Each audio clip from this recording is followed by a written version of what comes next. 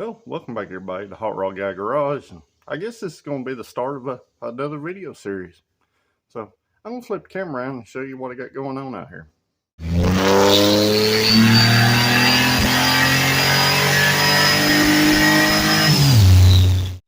But before I flip the camera around and show you what I got going on, Geos kind of seem to multiply, or at least they do around my house. While this is not a Geo, it is a Suzuki product, and they kind of mutated a little bit. So the other day, a buddy of mine had called and asked me if I was interested in this, and me being me, I always say yes to a Suzuki or a Geo product. So what we have here is a 2000 model Suzuki Vitara. It's two-wheel drive, and as you can see, it's pretty funky. Now, I did rinse this off with a water hose yesterday, inside and out, and I'll drop a little video I took yesterday. But as you can see, we got some some wildlife growing and some things, and most because the top's bad on it. And that was the reason why this thing was parked, because of the top. Typical for canvas stuff, it rots away, and then you're stuck kind of covering it with a tarp. But I cut some of the carpet out of it yesterday and pulled the body plugs just to get the moisture out of the inside of it. But it's overall not in bad shape, other than being like a biohazard.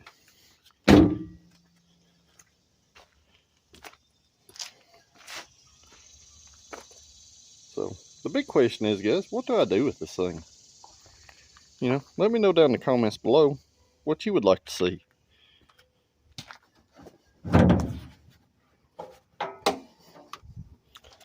It's got the 1.6 16 valve motor, so in the G series lineup, it's got a pretty good size little motor in it.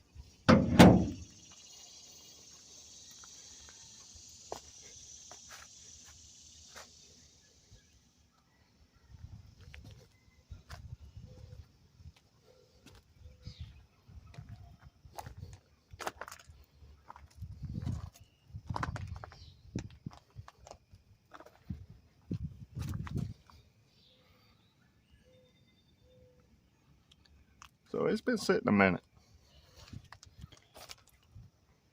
No.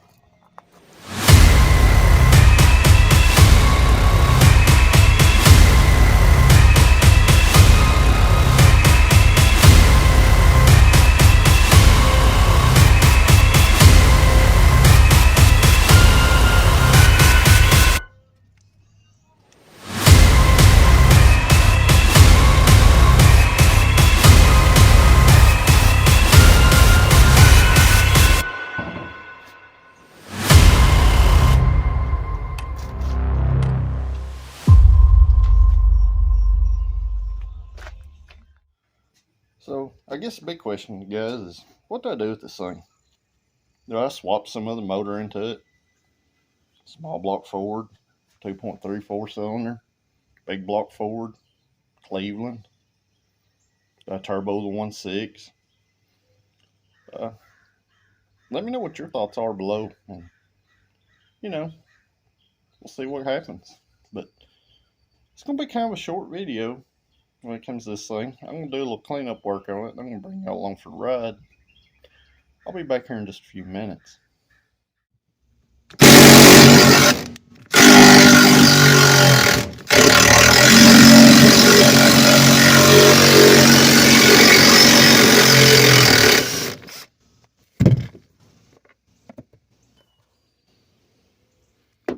Oh boy.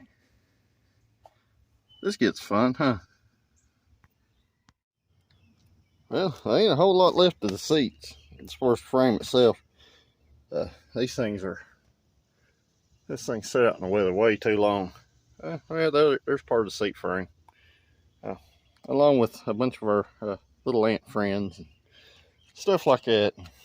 So, boy, oh boy, come out.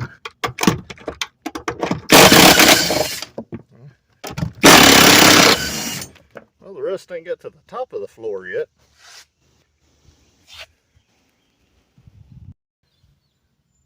Man, this thing is... I got the back seat out. I guess the thing is I'm gonna get the carpet out of it, you know, and degrease the rest of it and see what we got.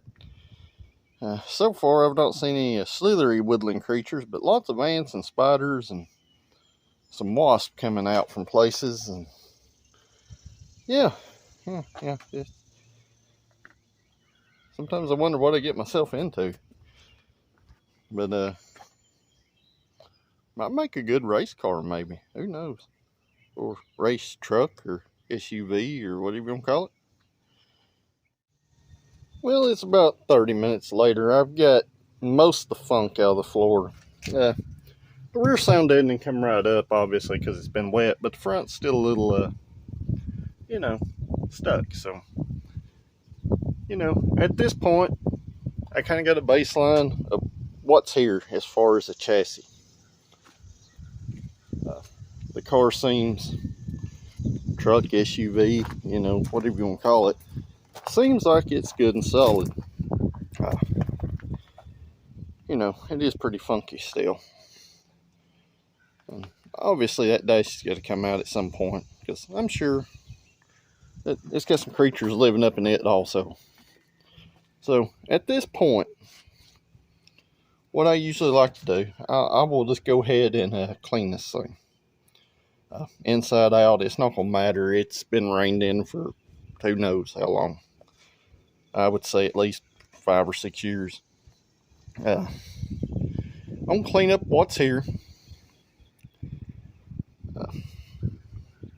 And then I guess our next video will be, you know, can we get it running? Obviously, it's going to have some tires stuck on it. So, you know, might call down to used tire store and see if they have something we can just throw on it that holds air. But I don't know, guys. You know, and like the beginning of any kind of project like this, you never really know what you got until you start tearing into it. Now, it is a positive to me that it has a 1.6 in it. You know, it's technically the big block of the G series engines, which is what my 3-cylinder is based on. So it's pretty cool. I'm gonna get to cleaning up, and we'll see how that goes.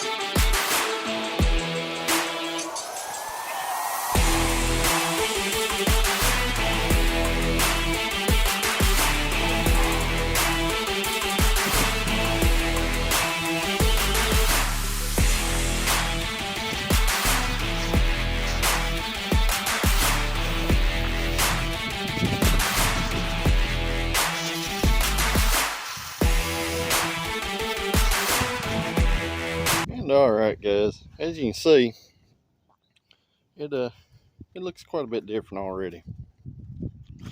Now, you may have been noticed been using a degreaser and a scrub brush. The paint on this thing ain't the best. That's what happens when one sits and is in neglect, technically. But this thing's pretty moldy. But I'm not really going to bore you with the rest of me scrubbing this thing down. I'm going to get back out here and try to knock this out. This is just kind of a preliminary cleaning, guys. It's not a full detail type situation. I want to get the funk out of it. That way I can actually work on it and see what we got. So basically what I'm using for a cleaner, I'm using Zep Industrial Purple, reduced 50%. It is still very strong that way, and I do not suggest that you use something on something that you care about the paint on. But for this, it'll work perfectly fine, and it also helps disinfect it. In the bucket, I have LA Totally Awesome's their cleaner. It's their disinfectant cleaner. Once again, knocked down about 50%. That's the way I've always took mold and mildew and dirt off cars, and I've not really had bad results with it. So I'm gonna get back busy out here, and I'll be back here in just a few minutes. Well, I pretty much called it a wrap for the day on that thing. Got it cleaned up, you know. I went ahead and dropped the fuel tank, guys, because it's sat for 13 years. It's going to give a chance of at least starting when we try to start it. So stay tuned for the next video. We'll probably try to get it started. But until then, guys, I'll see you at the next one.